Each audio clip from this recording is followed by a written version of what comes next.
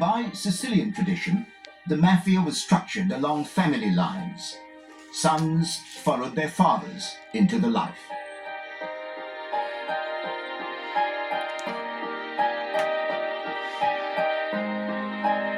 Michael Franzese was at the top of it all.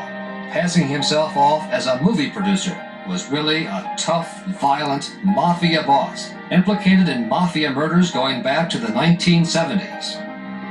I was about to meet one of the most successful mobsters of all time.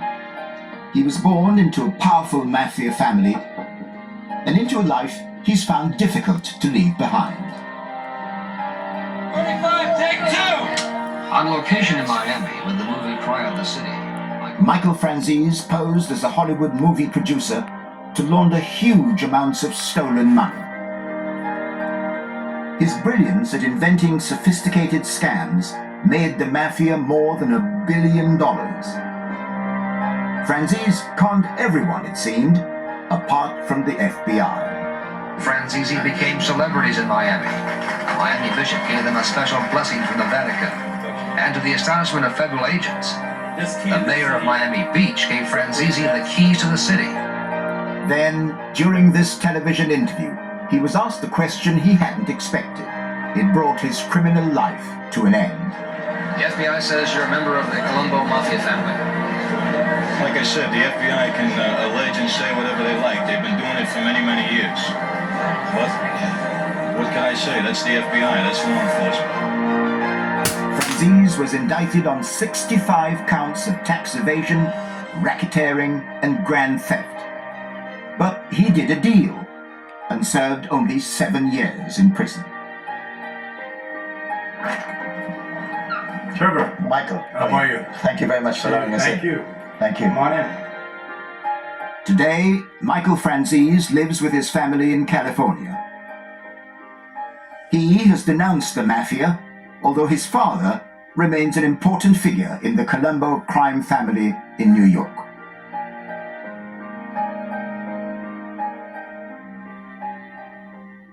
Michael, by your own admission, you were one of the most successful members in the Cosa Nostra. Is it possible to find fulfillment in the straight life? You know, for me, it was extremely difficult because I always tell people, you know, when you have a change or a transformation in life, you don't get a lobotomy. You know, deep inside, I still am who I am and who I was. And so at times I still struggle with it. I honestly do. And for years I struggled with it, especially making the break, because I did feel for the longest time that I was betraying my former life, betraying my oath, betraying my dad. And at times I still have those feelings, strangely enough, I don't know why. But so it was a difficult transformation. And sometimes it's even difficult to maintain this new persona who I am now. But that suggests that mentally, psychologically, you can't leave it behind. In many ways, I think you're right. I mean, mentally, it's still a part of me, and psychologically it is. And my dad is still alive, so he's still very much a part of my thoughts. So I believe you're right in that respect. It's still so much a part of who I am. Is it ever possible to be a member of the mob and have a happy family life? I don't believe so. People got to understand the mob is not a business. It's a way of life. It's a whole subculture from everything else that exists. It affects our families, our friends, people we do business with. It's part of who we are.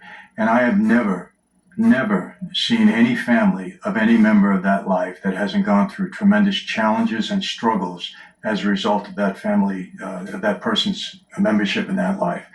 It's just not normal. It's not normal having law enforcement scrutiny around you all the time. It's not normal having, pressure from guys on the street around you all the time. Remember, those are the same people you bring into your home. We're pretty clannish in that regard. We hang out with our own members. So you're around those people all the time. The women speak to the wives of those people all the time. They share all the difficulties and the challenges. So I've never seen a normal family life from any member of that life, including my own, my father, mother, brothers, and sisters. We lived anything but a normal life. As much as my parents tried, it was impossible. So being part of the mob and having a happy family life is simply not on? No, they're not conducive to one another. I would tell mob guys if I stay single, don't bring this into your home. Don't create a home with the mob life, around it. It's not good. So it's just not conducive to good family life.